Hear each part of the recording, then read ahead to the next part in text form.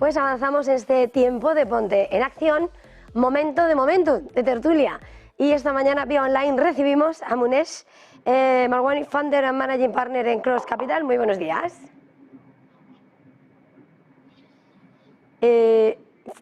Munesh, no sé si me escucha. Hola, muy buenos días. No sabía si me escuchabas. Bienvenido. También recibimos a David Ardura, director de inversiones en renta fija en Finaces Value. David, bienvenido. Buenos días, Eva, muchas gracias. Bueno, para empezar, como siempre, ese momento, esa fotografía del mercado tras Powell, tras el dato de inflación, tras la resaca electoral, no sé, fotografía. David, ¿quieres empezar? Sí, claro. Bueno, lo que tenemos ahora son dos, el mercado centrado en dos variables, podríamos decir. Uno es la política monetaria, toda vez que los bancos centrales van marcando ya su hoja de ruta y eso pues evidentemente está teniendo su incidencia lógicamente en la renta fija y luego una vez pasado el filtro de la renta fija ya en la renta variable. Y el otro factor que quizás es algo más novedoso y que es de esta semana y que ya habéis comentado sobradamente, pues es ese resurgimiento del riesgo político que ha hecho que algo que se nos había olvidado, que eran las primas de riesgo, que todos sabíamos lo que era, pero que seguían con un comportamiento muy estable, pues de repente han empezado a repuntar con el riesgo político, especialmente focalizado en Francia, donde nos lleva a una situación pues que a lo largo de las próximas semanas puede seguir generando esa volatilidad. Es muy difícil hacer cualquier valoración a medio plazo, puesto que dependes del resultado de los comicios y luego del propio posicionamiento del partido que gane, pero indudablemente pues esa posibilidad de que veamos una primera ronda con el peso del partido, digamos, de la derecha más conservadora, más menos ortodoxa, por decirlo de alguna manera, y luego que tengamos por otro lado una confrontación con otro partido, con un partido de ultraizquierda en una segunda ronda, pues yo creo que está poniendo bastante nervioso al mercado de deuda y en general a todos los activos de riesgo en Europa. ¿Cómo ves esa fotografía del mercado? Sí, vamos a ver, en línea con lo que dice David, ¿no? Hay un componente nuevo que es el factor, digamos, electoral o las elecciones anticipadas en Francia, pero es que el componente geopolítico lleva estando presente en los mercados de hace año y medio, ¿no? Desde la invasión de Ucrania por parte de Rusia, digamos que se ha abierto un ámbito que nos tenía pues tranquilos en las últimas décadas. Y ahora pues es un foco permanente, ¿no? Estamos en un año que es evidentemente electoral, más de la mitad de los países del mundo tienen elecciones, pero es verdad que hay algunas que nos afectan a todos, ¿no? Indirectamente, como puede ser la de Estados Unidos en noviembre, y ahora pues en Europa pues se puede dar también un giro que pues, puede preocupar a los mercados y por supuesto donde primero se va a ver es en la divisa y en las curvas de deuda, ¿no? Como está pasando en el caso francés. En esta fotografía del mercado y mirando más en lo que estaba previsto, era seguir lo que son los pasos a dar por la política monetaria. Hemos escuchado a la Reserva Federal, hemos escuchado a Jerome Powell, ya no ve las tres, solamente ve espacio para un recorte de tipos, incluso casi dudando de si habrá o no un recorte, y hemos visto también ese euro a la baja. Lo decías, Munesh, es verdad, convulsión con las elecciones, pero además el BCE movió ficha y el Banco Central Europeo no. ¿Cuál es el dibujo en esa política monetaria a ambos lados del charco? Munesh. Sí, como bien dice, la política monetaria también condiciona lógicamente la divisa. El BCE ha movido ficha primero. La Fed, bueno, lo que es la inflación en Estados Unidos, por mucho que se quiera converger al 2, todo apunta a que esté en el entorno del 3, 3,5 un tiempo, ¿no? O sea, digamos que el mercado laboral sigue robusto, más allá de que hayan habido despidos masivos en el sector tecnológico, el consumo sigue fuerte y digamos que las empresas siguen arrojando buenos resultados, ¿no? Con lo cual, por un lado bien, en el sentido de que la economía, pues, ya no se habla de recesión ni tampoco de ralentización, se habla más bien de no recesión o de no landing y los mercados así lo han reflejado, ¿no? Pero vamos, que a nivel de política monetaria, las expectativas que teníamos en el recorte de tipos a finales del año pasado se han disipado y habrán recortes, pero no van a ser lo que descontaban los mercados hace 6 meses, ni muchísimo menos, ¿no? Es más, y las elecciones van a condicionar el timing de los recortes a nuestro modo de ver. David. Bueno, pues muy en línea con lo que dice Munice. Al final, vamos a ver, por un lado está que los bancos centrales ya han situado un poco o han estabilizado su ruta, su hoja de ruta, pero luego el mercado descuenta y el mercado va marcando un poco sus propias expectativas, ¿no? Y lo que hemos visto en las últimas semanas es que más allá de el posicionamiento que ha puesto encima de la mesa la FED y la bajada de tipos que ha puesto encima de la mesa el BCE, si miras lo que han hecho los bonos a largo plazo, sobre todo en el último mes y medio, pues tenemos que el bono americano a 10 años ha pasado de una rentabilidad del 4,70 al 4,20 que está marcando ahora, y el bono alemán pues ha pasado también de casi el 2,70 a situarse por debajo del 2,30, ¿no? Y entonces hay que preguntarse, oye, ¿qué justifica este rally que estamos viviendo, sobre todo en la deuda, ¿no? Y quizás han sido esos indicadores más atrasados que miramos a lo mejor no tanto, pues como puede ser el PIB, como puede ser el IPC, como puede ser los precios de la producción industrial, algunos datos de desempleo que han sido muy significativos y que nos pone encima de la mesa un cuadro que es de un entorno de crecimiento, pero un entorno de crecimiento débil, para lo que son los estándares tanto de Estados Unidos como de Europa, ¿no? Y eso pues está llevando al mercado a descontar no una bajada, sino 2 bajadas en 2024, por ejemplo, en el caso de la FED y igualmente en el caso del BCE. Bueno, esto cambia y esto se mueve, ¿no? Pero bajo nuestro punto de vista sí que es bastante acertado ese escenario que está descontando el día de hoy el mercado, ¿no? Sí que pensamos que la economía va a estar más débil, la inflación quizás es la variable donde tenemos menos visibilidad y que nos pueda sorprender un poquito, pero en general creemos que se da ese escenario para que entremos en un nuevo ciclo de bajadas de tipos, no solo sea la bajada de tipos que ha hecho el BCE la semana pasada, sino que tenga una cierta continuidad. Y evidentemente, como bien comentabais, eso afecta a la divisa. Entonces, ¿vamos a seguir viendo esa fortaleza del dólar? Pues seguramente hasta que veamos más signos de una política monetaria más agresiva, y además tenemos que añadir otro factor que es el que comentábamos antes, que es el riesgo político que estamos viendo en Europa, que también debilita el euro, ¿no? Con lo que se da un poco las dos condiciones o la tormenta perfecta para que sigamos viendo esta fortaleza del dólar, que posiblemente sea así hasta que converjan un poco las políticas monetarias allá por el otoño. A la espera de esa convergencia, de esa política monetaria, en ese escenario, como dices, más allá de la hoja de ruta, del discurso que van marcando, el mercado descuentado, recortes de tipos, algo con lo que parece que estás apuntando en ese escenario. ¿Cómo afecta, cómo impacta ese cambio de expectativas a la hora de establecer la estrategia? David. Bueno, hay una variable que afecta plenamente, que es la duración. Es decir, cómo de largo vamos a colocar las carteras ante esa posible bajada de tipos.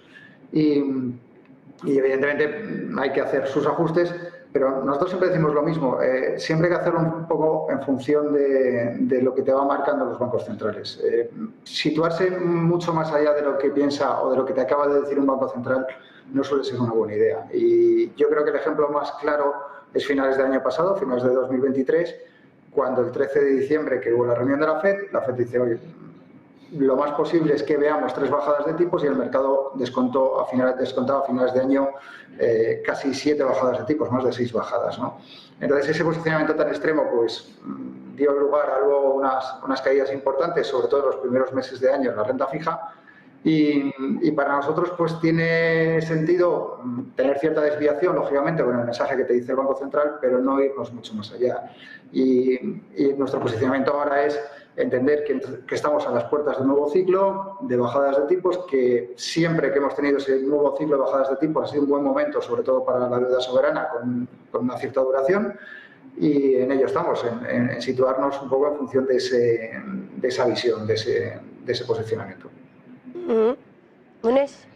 Sí, nosotros, con lo que dice David, en renta fija hemos ampliado la duración en la pata de renta fija de nuestras carteras, sobre todo pues países europeos periféricos, España, Italia, ahora también se podría aprovechar un poco Francia, que no es periférico.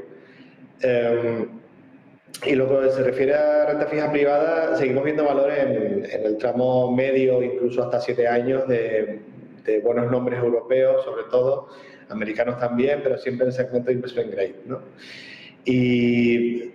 Pero nosotros somos, digamos, en un contexto de bajada de tipos, como es el que descuenta el mercado y que seguramente se produzca, digamos, es un contexto adecuado y favorable siempre a los activos de riesgo, ¿no? Y por tanto, la renta variable, que es verdad que ha hecho pues, un rally y sigue marcando máximos, pues es el activo, a nuestro modo de entender, que mejor se debe comportar, ¿no?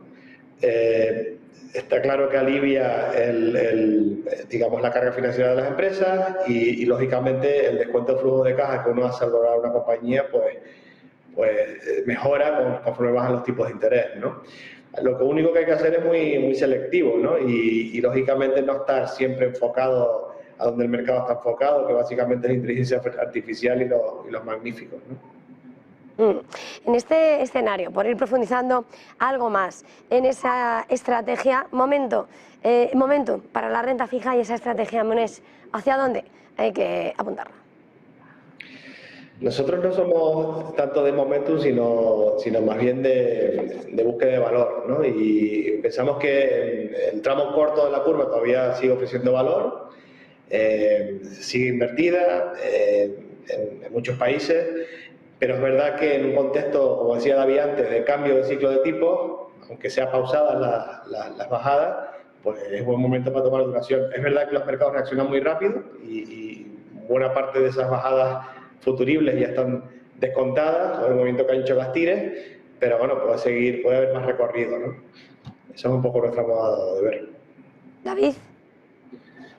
Sí, muy en línea con lo que comentabas tú, Munice. Al final, para nosotros tiene mucho sentido la parte corta de las curvas, sobre todo en el crédito corporativo, porque hay mucha rentabilidad y además el entorno económico históricamente es propicio para esta inversión en crédito corporativo, porque cuando estás en un entorno de crecimiento débil pero no negativo y con una inflación a la baja suele ser un buen momento, el crédito en general lo suele hacer bien y hay que aprovechar un poco esa rentabilidad que hay en los cortos plazos.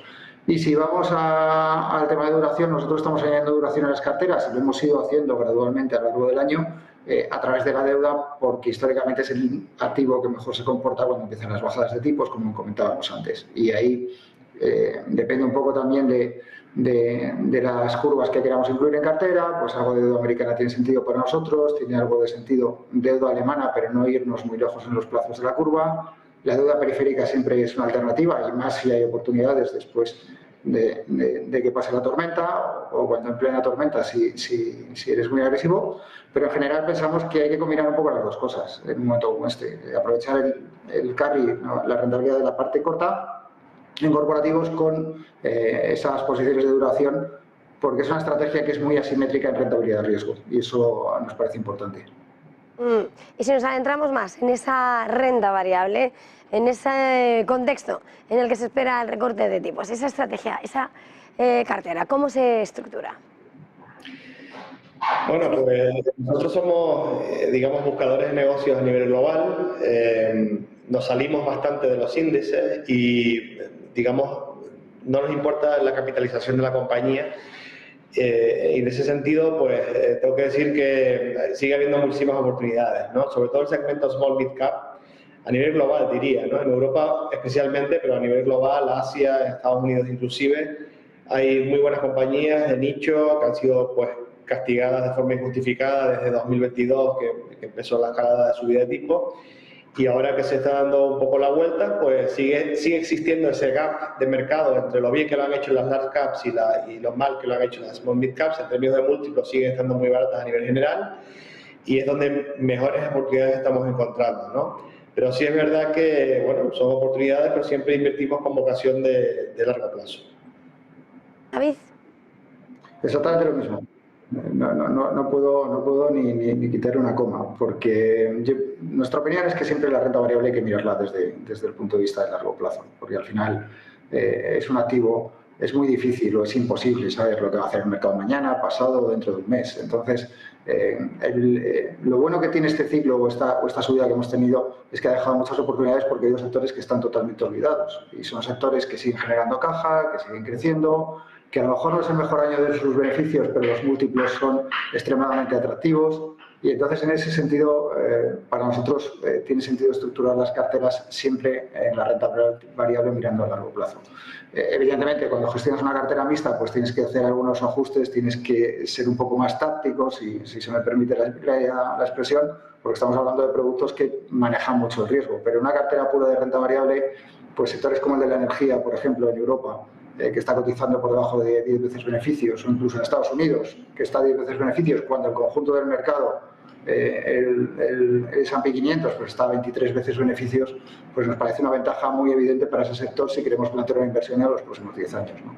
Y en general, pues como comentabais, buscando esas oportunidades que pensamos que el mercado sí que las está dando. De alguna manera, a la hora de mirar el mercado, la importancia de mirar a largo plazo y ahora, por ejemplo, señalando esos que se han quedado más rezagados, que tienen una valoración más no por debajo de lo que debiera ser, pero también a largo plazo están esos grandes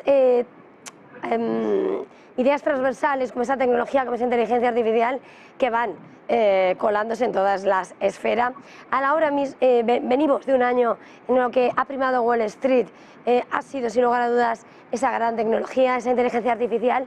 No sé, a la hora de estructurar esa, ¿cómo atacáis algo así como esa temática, esa inteligencia artificial, o qué sectores, más allá del análisis detallado de compañías, hay que vigilar de forma directa o a través de otros que formen parte finalmente de esa tendencia? David. Pues sí, efectivamente, es una gran temática. La inteligencia artificial, para nuestra opinión, es disruptiva y cambia muchas cosas. Lo que pasa es que es muy difícil seleccionar los ganadores de la inteligencia artificial. Es decir, es una tecnología que evoluciona tan rápido y que tiene tantas posibilidades que es muy difícil identificar qué compañía va a ser la puntera en inteligencia artificial para los próximos 10 años, ¿no? Nos podemos acordar todos de la burbuja tecnológica, de cómo funcionaban las cosas y de lo difícil que era seleccionar un ganador a largo plazo.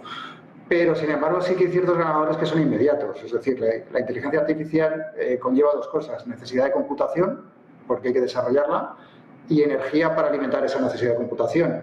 Y si buscas compañías y sectores que se benefician de eso, son compañías que ya están muy consolidadas, que tienen barreras de entrada, que son compañías de calidad, que son compañías con un historial muy importante, y ahí es donde nosotros vemos la oportunidad de la inteligencia artificial. Si uno piensa en esa electrificación o esa necesidad de energía que vamos a ver durante los próximos años, con centros de datos que cada vez son más grandes y cada vez hay más centros de datos y que van a doblar, el consumo de energía de centros de datos se va a doblar en los próximos 3 años, pues evidentemente las compañías que van a alimentar esa capacidad de almacenar los centros de datos son importantes. Si vemos compañías o sectores que están dentro de lo que es el proceso de fabricación de los semiconductores y es una cadena muy desestructurada y hay muchas partes de esa cadena, pues también nos parece una oportunidad. Nosotros estamos jugando siempre por esas segundas y terceras derivadas, que nos parece que es una apuesta más segura que ir a identificar la compañía rupturista en el tema de inteligencia artificial. Munesh. Sí, vamos a ver, hay dos formas de abordarla, ¿no? A nuestro modo de ver. Una es la que apunta David, es decir, digamos, desgranar lo que es la cadena de valor de la inteligencia artificial y ver qué compañías accesorias, ¿no?, el perímetro de las típicas Nvidia, pues son las que aportan valor. Unas pueden ser las que proveen de energía, otro puede ser incluso las mineras de cobre, ¿no? Porque al final los cables se hacen de cobre y digamos que es un bien escaso, ¿no? O sea, por tanto se puede uno posicionar en lo que es la evolución del cobre y seguramente le irá bien en esta tendencia largoplacista, ¿no? Pero más allá de eso, creo que hay ganadoras en el mercado, no de inteligencia artificial, pero sí dentro de la ola tecnológica, y muchas están entre los magníficos, ¿no? Apple, por ejemplo, por citar alguna, que todo el mundo cuestionaba, porque la gente piensa que solo pues vende iPhones, ¿no? Pero lo que vende son experiencias de usuario y vende hasta emociones, ¿no?, si cabe. Y lo que se refiere al crecimiento de la compañía, lógicamente no va a ser en términos de beneficios de doble dígito como hacía antaño, pero digamos que estratégicamente da paso para posicionarse en inteligencia artificial sin el CAPEX que ha que han implementado otras compañías, ¿no? Por tanto, al final, si logra meter en sus productos una IA equiparable a otras que da el mismo servicio, pues incluso lo mejora, pues lógicamente se ha de reflejar en la cotización, cosa que ha pasado desde que hubo una reunión tecnológica hace unos días, ¿no? O sea, que quiero decir que hay compañías grandes que siempre seguirán siendo compounders, que llaman, ¿no? Componiendo capital, porque realmente pues siguen reinvirtiendo en el negocio y siguen pues generando productos de alto valor añadido con un margen espectacular. Antes de terminar, porque en algunos momentos sí habéis mencionado, sobre todo en renta fija, ¿no? A la hora de mirar ciertos mercados geográficamente. Ahora quería preguntaros, antes de terminar, precisamente geográficamente u otros también productos alternativos, ¿dónde encontráis más atractivos dirigiéndose ya a perfiles más agresivos? Munesh. O sea, nosotros en lo que es gestión alternativa lo llamamos mercados privados, son digamos activos no cotizados, y es verdad que seguimos pensando que aunque hay algún producto retail por ahí en el mercado, no lo vemos para público retail, lo vemos para clientes sofisticados, institucional o family office, y por tanto pues ahí lo que en nuestra gama de productos, que viene de la mano de Arcano, todo se ha dicho, pues tenemos private equity, tenemos venture capital, tenemos deuda privada a empresas. O sea, hay productos y fondos que realmente llevan demostrando un track record de doble dígito y que realmente aportan valor a las carteras, ¿no? Y estamos hablando de productos no cotizados y con plazos razonables de 5 o 7 años, ¿no? David. Pues muy parecida a la visión, muy parecida a la visión. Hay que tener en cuenta que son productos, nosotros en particular no los hacemos, pero son productos que tienen mucho sentido para ciertos tipos de capitales y cierto tipo de inversor. Es decir, funcionan bien cuando son capitales grandes, funcionan bien cuando evidentemente hay un plazo de inversión muy, muy largo. Puede ser un complemento para las carteras en cierto tipo de perfil de patrimonios, pero para nosotros, para el inversor retail, y más en un entorno como el que estamos ahora, porque los múltiplos que se han pagado en el capital riesgo han sido muy elevados, y si lo comparamos con los múltiplos que cotizan ciertas compañías en mercados líquidos y en mercados organizados, por decirlo de alguna manera, pues nos parece que hay una gran diferencia de múltiplos. Y eso incluso puede ser una oportunidad de explotar para el inversor más retail, más minorista, porque está mucho más acostumbrado, porque se adapta mucho más a los patrimonios que se manejan en ese segmento de cliente. Y pensamos, sin despreciar ni mucho menos el capital riesgo, que hay productos muy buenos y muy rentables, pero sobre todo necesitan una tipología de inversión muy particular y un horizonte de inversión, insisto, muy largo, ¿no? Entonces, nosotros pensamos que para ese perfil de cliente más grande tiene mucho sentido combinar las dos cosas, una parte de economía real con una parte financiera, y para el cliente más retail pensamos que la parte financiera, y más ahora, sigue siendo el campo de juego, y es un campo de juego muy rentable. Yo creo que no se debería despreciar ese lado de las inversiones de un cliente. Estamos a punto de cerrar este primer semestre. Por terminar, ¿dónde diríais que van a estar las claves a la hora de enfrentar este segundo semestre? Hemos ido señalando distintos aspectos, pero por concentrarlo en ese resumen, a la hora de poneros a poner, ¿no?, la visión del mercado, ¿dónde van a estar esos catalizadores, principales puntos de referencia y amenazas? David. Bueno, para la segunda parte del año seguimos hablando de política monetaria. Yo me fijaría muchísimo en la inflación. Para nosotros es la variable clave, porque el crecimiento creo que hay un cierto consenso en que va a ser relativamente bajo, pero la inflación es extremadamente variable y va a ser la clave para que los bancos centrales de verdad inicien esa ruta de bajadas de tipos.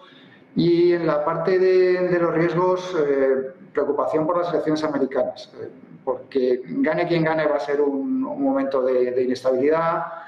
Los dos partidos, o los dos candidatos, mejor dicho, llevan políticas de gasto importantes, por eso lo que hablaba de la inflación, y además muchas veces son contradictorias. O sea, Trump, por ejemplo, se presenta con unas medidas muy inflacionarias y además quiere despedir a Powell porque quiere incidir o influir en la política monetaria. Eso puede dar mucha volatilidad en el otoño. Yo creo que es un punto que tendremos que ir gestionando, que no se puede empezar a hablar ahora, pero que no podemos olvidarnos de él. Munesh, para terminar. Sí, bueno, claramente la dinámica de tipos de interés y de los recortes, que tiene que ver mucho con el dato de inflación, lógicamente, y la geopolítica en su conjunto. O sea, yo creo que un recrudecimiento de los conflictos bélicos o, digamos, pues que Rusia aventaje a Ucrania claramente o que Israel no pare y no haya tregua, ese tipo de cosas, puede desestabilizar bastante los mercados también, y los resultados electorales pues son claves, ¿no? Porque al final, incluso en Europa, pues se está dando un movimiento que no tiene que ver con los regímenes democráticos a los que estamos acostumbrados, y hay que ver los desenlaces, porque tienen muchísimas implicaciones que también afectan a la economía real en última instancia, ¿no? Pues a ambos se nos acaba el tiempo. Muchísimas gracias. Muniz Malwani de Cross Capital, David Ardura de Finaccess Value. Gracias. Feliz jornada, feliz negocio. Gracias, Eva. Buenas y buen fin de semana. Pues nosotros hacemos